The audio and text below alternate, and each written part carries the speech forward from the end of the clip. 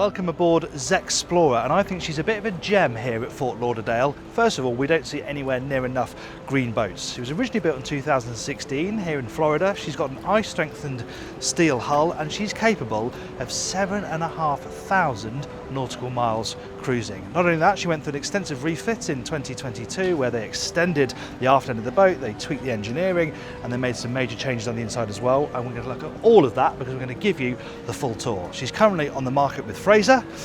Let's go on with it, shall we? I'm Jack Haines. Welcome to YachtBuyer.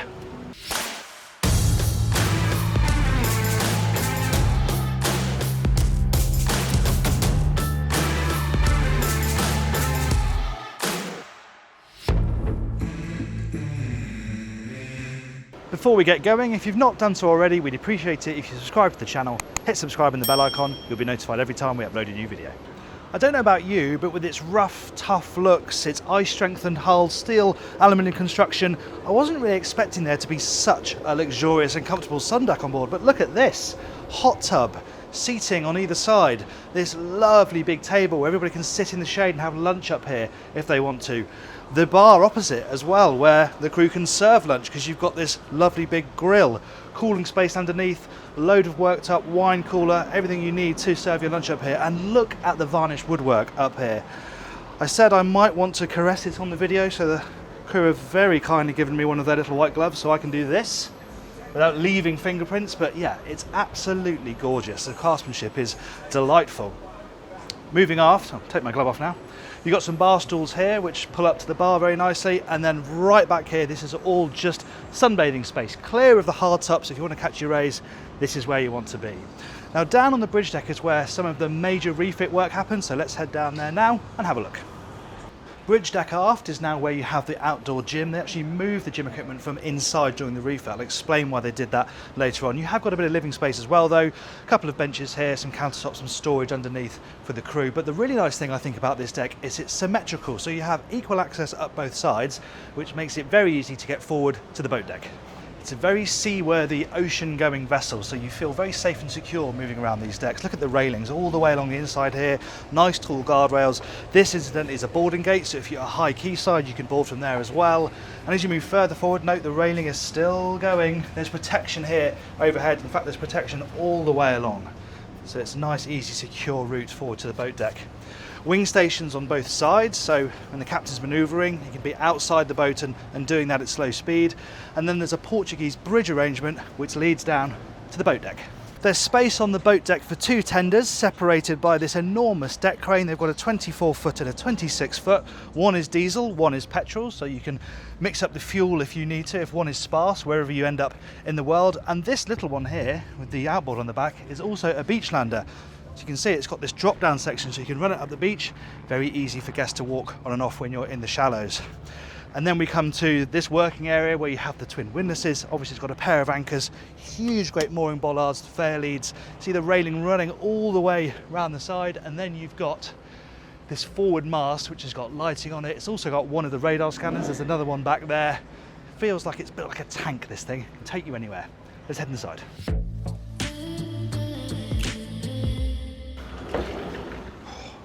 From the blazing afternoon heat of Florida to the cooled, tranquil surroundings of the Sky Lounge on board ZeXplorer. And it's a really lovely palette in here. It's very beach house, lots of white, bright paneling, white carpet. It's sort of quiet, serene, comfortable, very inviting as well. And a nice space because you've got this lovely big stretch of sofa in front of the TV, so you can sit and watch a film here. This little table if you want to have a drink, or play cards, something like that. You're up high in the boat as well, so when you're clear of a marina, you're going to have lovely views from up here. It's a really nice, cosy place to come, maybe at the end of the night. And one of the most interesting things they did in the refit, as I said, they moved the gym outside. The gym used to be in here, but what they've done since is extend this space and create this really rather lovely VIP up here on the bridge deck. It's got a king-size bed, massive headroom, really good amount of floor space, big storage over there, and look at the views you've got from here. Lying in bed, again, not great in the marina, but in an anchorage, some far-flung destination, waking up here with those views would be absolutely lovely. You can see down there, every cabin's got an iPad as well, so they can control AV. Obviously, it's climate controlled as well. There's a TV up here on the wall, and you've got the bureau down here, but it's also got a really lovely bathroom It's en suite, but it's also open to the lobby, so it can be used as a dayhead on this deck, which is very useful, and it's very nicely finished as well with the marble tops, separate shower cubicle, toilet, all the things you expect. Loads of storage down here as well. Very, very nicely executed. What a special place for your guests to be able to stay. Check out the bridge. The bridge is a really cool area aboard Explorer. It's a really good mating of traditional and modern technology. I like this little desk area you've got when you first come in, so the skipper and the crew have a place to do some paperwork. And then we come to the bridge itself. It is just a festival of screens and controls up here, but it feels very purposeful, like you can cover serious ground in serious weather, which I'm sure you can. The view down over the boat deck, the flared bow, you know it's serious when you've got one of these spinners here to clear water off the inwardly raked windscreens. In terms of the screens here, well, obviously you've got your radar over there.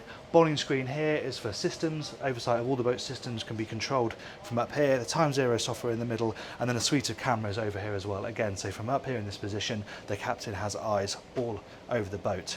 She's got a pair of 680 horsepower Caterpillar engines on traditional shaft drives. And get this, at 10.5 knots, she'll cover 4,500 nautical miles, but she can travel on one engine. If you do that at 9.5 knots, you can cover 7,400 nautical miles. That is pretty extraordinary, and you can do it in great comfort. Triple helm seats here. These are all fully adjustable. Really nice place for the captain and the crew to sit on passage, but I like that you've got this bench as well, so guests can come up and enjoy the ride as well. You're raised up so you can see the bow. You can be here, part of the action, sitting in the background. Of course, it means more crew can be up here as well when the boat's on passage. You can even lie down here as well if you want to take the weight off. Another space over there to do paperwork, chart work, and obviously you've got the side doors out onto the wing stations as well. It's a great space. Let's head downstairs to the main deck. There's really easy access down to the main deck from the bridge deck with this internal staircase, and here we're in a good spot to talk a bit about the layout. So through there is the galley. This staircase here is down to the guest accommodation. We'll look at that in a moment, and there's access through there to the crew space as well. In this corner there's a day head, but let's start with the saloon because this is such a lovely space, and you'll notice quite a different decor to upstairs. That's bright beach housey. This is very warm, cozy, lots of mahogany. It feels warm and welcoming, a clubhouse vibe down here, but it's a lovely space. Lots of floor space here to move around. You've got the sofas on either side. You're not on top of each other. There's plenty of space for people to sit in comfort, watch the TV that pops out the wall so it can face towards these sofas and obviously connects out to the cockpit, which we're going to go out to later on in the tour. The dining space is lovely as well. You can see it's a nice square shape. 12 around here, very, very comfortably indeed. And then all this storage dotted around so the crew can serve the table really easily, get the servings out, get the plates, all that sort of stuff, all goes away really neatly next to where they're going to need it most. Beautiful detail as well. I really like this ceiling detail, and this artwork here really lifts the area. It's, in a world where things are getting very sort of sharp angles, very bright plain, this has real depth and warmth to it. And another nice thing about this arrangement is how well it connects to what is a really large galley.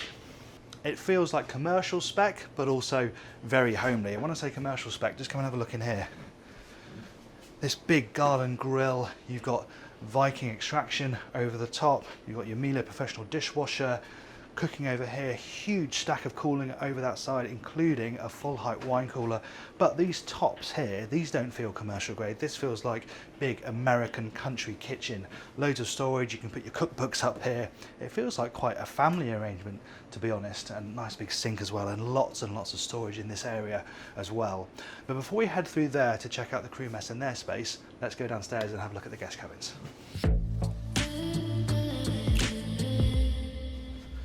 There are 5 cabins here on the lower deck. We're going to start with the guest doubles. This is the starboard side one. There's an identical one over there on the port side. But yes, you've got a nice double bed, a lovely wooden bed stand as well, which connects to the bedside tables. Individual lighting as well. You've got the spotlights in the roof and the lamps either side.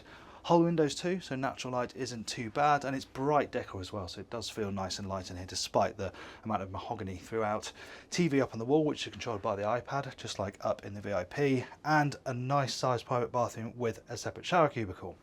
Heading back into the lobby, this is quite a nice touch, I always think. They've got this pantry area so that guests can serve themselves if they want to without bothering the crew. You've got fridge drawers here for cold drinks.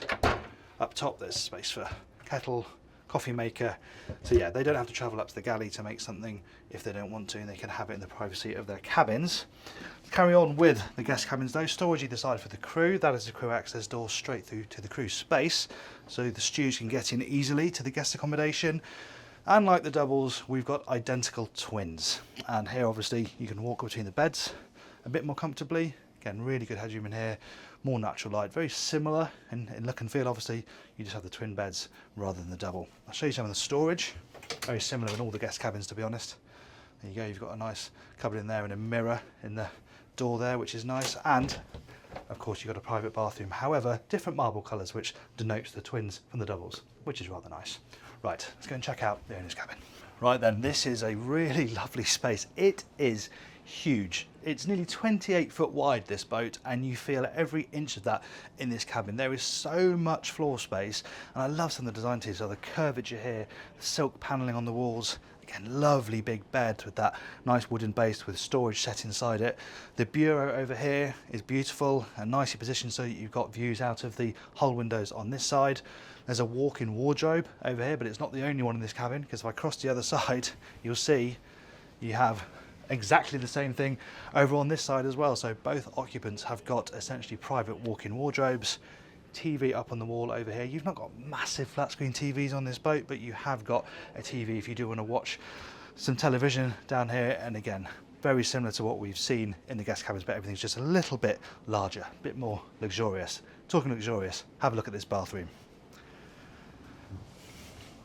They've gone to town with the marble. It's glorious. It really pops when you walk in here. It's lovely, and the space is just magnificent. Look how much room they've got for the shower cubicle in this corner. A decent sized jacuzzi bath as well.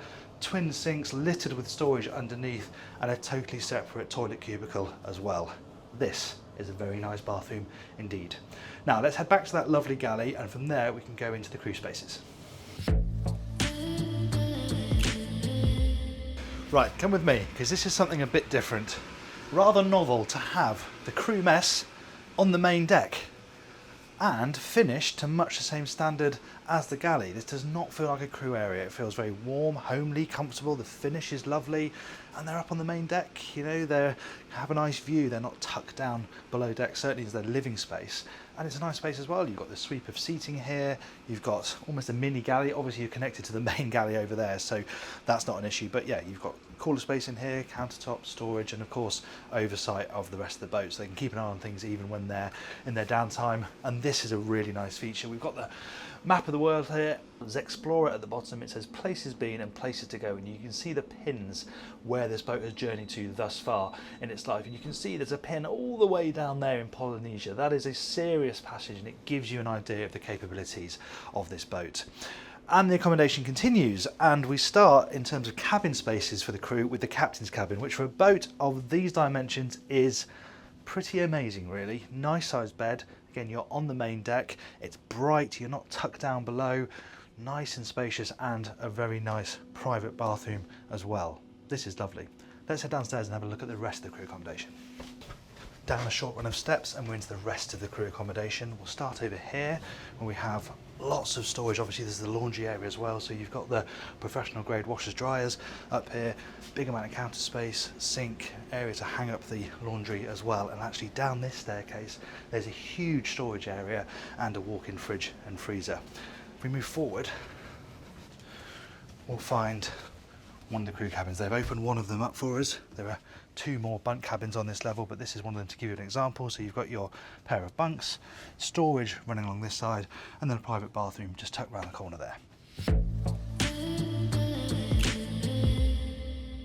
The cockpit was one of the significant areas where they improved during the refit, so it's much bigger than it was, which gives you this really nice dining space out here. You've got the fixed seating, director's chairs you can pull up opposite. We've got more beautiful varnished woodwork here, but this is a nice place for guests to dine. It's outside but also well protected by the overhang. Obviously it connects very easily to the galley for the crew as well, and you've got some storage underneath these areas, but even this is finished with the lovely varnished wood. It really lifts the area. You've also got access down the starboard side, of course, and you can pop into the saloon on that side as well, and this connects to the passerelle. And on this side we can head down past the transom and into the engine room. As well as significantly extending the cockpit as part of the refit, they also massively extended this bathing platform, which is great. It becomes a really nice living space for guests. Functional area as well. You've got your railing set up here. You can pop those out if you need to. You can see you've got the rod holders here as well if you want to do a bit of fishing. But if you want to get the toys out, you've got this nice big platform to do it. It is fixed, but of course you've got the passerelle, which makes access onto the dock very easy. And from here, there's this lovely big central transom door that leads directly into the lazarette, and from there into the engine room itself. Boats like this have got inherent practicality, and it's things like how easy it is to get down here, not some horrible ladder, nice shallow run of steps, soft treads, railings either side, and then you're down to the lazarette. And this is a huge storage space, and everything has its place as well. You've got storage bins over there, you've got all the sea bobs up on the wall here, and they are charging as well, so they can charge while they're in place. You can see you've got the rods above my head, the spear guns as well if you want to go spear fishing. Outboard motor mounted up under that cover, and then round here it's not just about having fun at sea. Mountain bikes racked up here, helmets as well, all the gear you need. Into the engine room. Now this is a proper engine room, big watertight door here, and then you're immediately met by the Caterpillar engines. Talked about their performance up at the bridge. You've got a 56,000 litre fuel capacity. That's what's helping to give you that enormous range. As part of the refit, this boat used to be on azimuth pods. It's now on straight shafts, and you can see the angle of the engine. And also it means that it's just slightly easier to look after. You know, if you're in a remote place, then probably easier to work on something like a straight shaft than it is an azimuth pod. In the middle here, you've got the hydraulic pack for the quantum fin stabilisers. And then right in the middle behind that, you've got the workbench, there's a vise, there's all the tool storage for the engineer. You've got Northern Lights generators in each corner. And then over on this side, the water maker. Self-sufficiency is so important, obviously, on a boat of this style, so being able to make your own water is very, very important. And yeah, you need to look after the boat on the go as well, because who knows where you're going to end up, so it needs to be an easy boat to maintain for the engineer.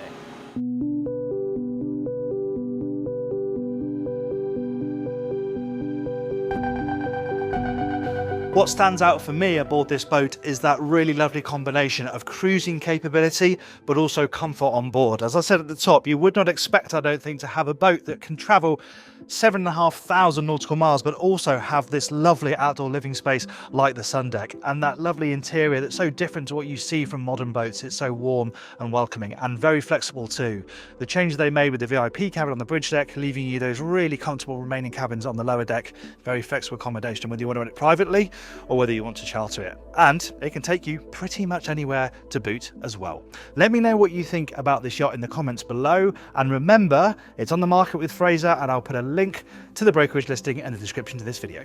Thank you for watching that tour of ZeXplorer. I hope you enjoyed it. Please give the video a like if you did, and if you like Explorer boats, we've got a tour of the San Lorenzo 500 EXP Arrow on the channel. I'll put that for you up there. If you want to watch some sea trials, you can do that by clicking down there. If you want to subscribe to YachtBuyer, click up there. Thanks again for watching. I'm Jack Haines. This is YachtBuyer.